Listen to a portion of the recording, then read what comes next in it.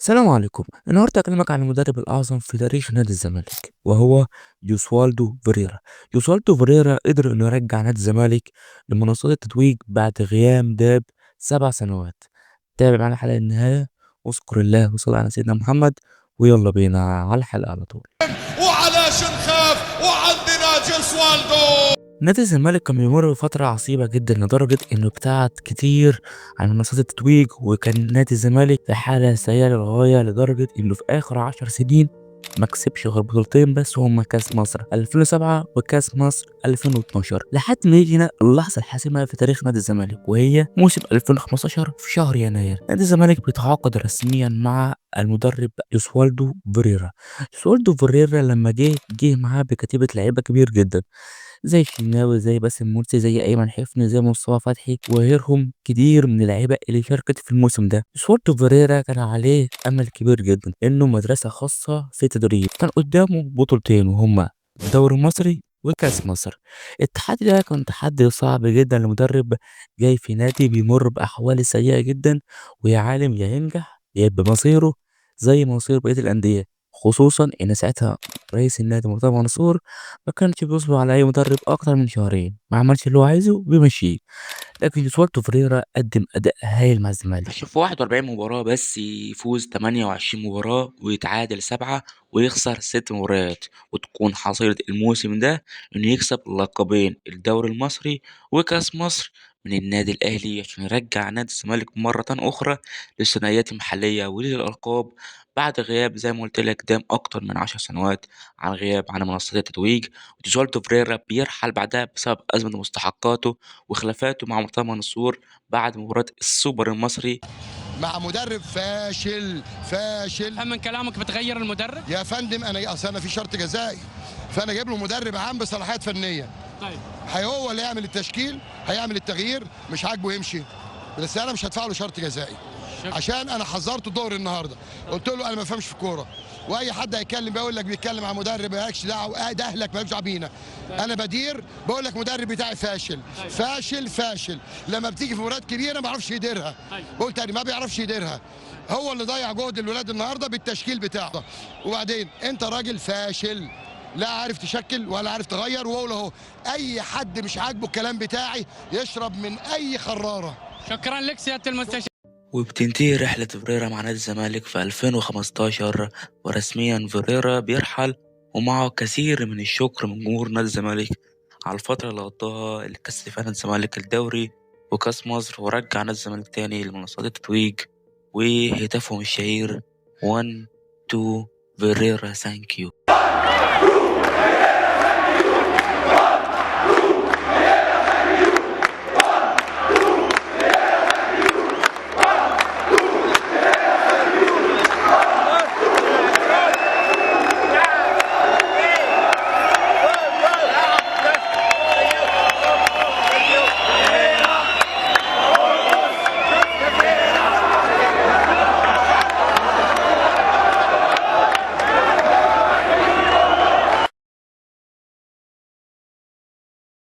وبيرجع نادي الزمالك مرة أخرى للنتائج السلبية وبيخرج من مجموعات دوري أبطال أفريقيا.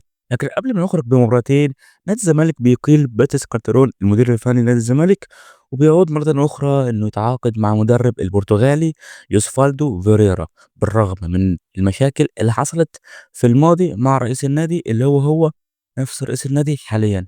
لكن البروف هنا بيعمل بخطته بالرغم إنه كبر في السن، إن في فرق 7 سنين ما بين الفترة الأولى اللي قضاها في نادي الزمالك، علشان برضه نادي الزمالك يستمر في النتائج السلبية، لأنه طبيعي البروف مش عنده مفعول السحر إنه يغير النادي بتكة. لكن نادي الزمالك بيخرج من مجموعات دوري أبطال أفريقيا للمرة التانية على التوالي، وهنا البروف بيشتغل بعقليته الاحترافية، بيحاول إنه يصعد ناشئين من تحت السن علشان يحاول يعوض بيهم الإمكانيات الناقصة عنده في الفريق علشان إيقاف القيد اللي كان حل على النادي ساعتها في 2022.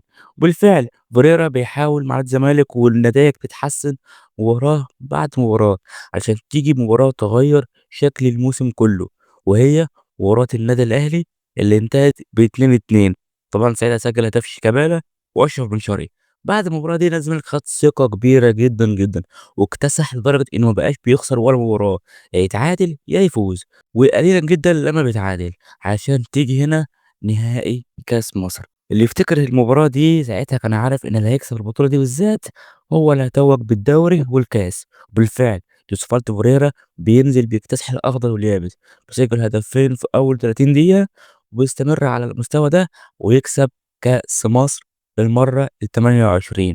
وعلشان كده نادي الزمالك بعد بعض خطوات جدا من تحقيق الحلم بالرغم من إيقاف القيد والصعوبات اللي بيواجه نادي الزمالك، علشان الزمالك بعد كده يتوج بالدوري المصري التاني على التوالي وال14 في تاريخ نادي الزمالك. ويسفالدو بريرا هنا بيثبت للكرة المصرية إن اللي حققه في 2015 مش مجرد صدفة، بل ده خطته وده إعجاز من مدرب عظيم ونادي عظيم قدر يثبت للعالم كله إنه بالرغم من الصعوبات لكن إنه بيكسب. ولكن زي ما أنت عارف الحلو ما بيستمرش، عشان تيجي مباراة السوبر المصري ضد الأهلي اللي انتهت ب2-0 علشان العودة تيجي مرة أخرى، عودة يوسفالدو فريرا والسوبر المصري.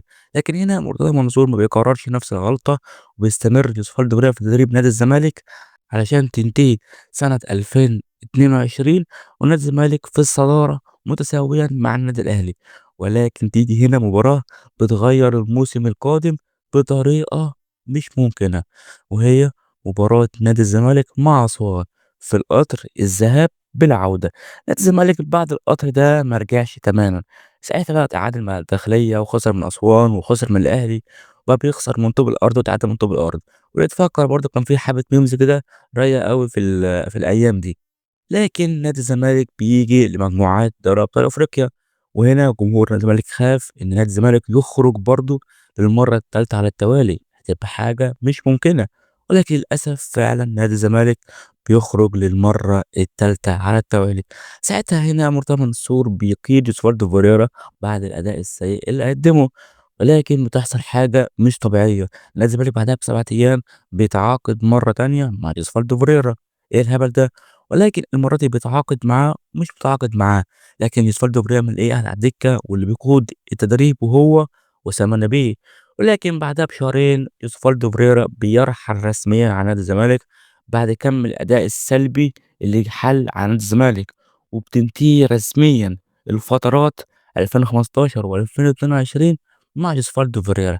فترات يوسفالدو فريرا قدر انه يثبت للعالم كله وللكرة المصرية إنه مدرب إعجازي، حتى لو سنه كبير، حتى لو مدربش أندية كبيرة، لكن إنه قدر إنه يعمل فسيخ شربات، قدر إنه يعمل من اللعيبة ولا شيء خلاها نجوم. أبرز حسام جيد شوف فين دلوقتي، بالرغم من الناشئين اللي صعدهم، لكن الناشئين هم دلوقتي حاليا في الدرجة التانية زي محمد طارق والكلام ده، لكن إنه صعد ناشئين وغامر بيهم ولعب بيهم ولعب بلعيبة دون مستوى وقدر إنه يكسب بها دوري وكاس، فده يدل على إنه مدرب إعجازي، مدرب ملوش مثال، مدرب يستحق إنه تكتب له مسيرة عظيمة، وهو دوسفالدو فريرا الأكثر تتويجا بالبطولات في تاريخ نادي الزمالك ب4 بطولات هما دوري مصري وكاس مصر ودوري مصري وكاس مصر. لكن لو حبيت الحلقة في النهاية يا ريتك بس تذكر الله وصلى على سيدنا محمد. لو حابين نعمل حلقات تانية للناس ومدربين ولاعيبة كبار يا ريت تكتبوا لنا في التعليقات، والسلام عليكم.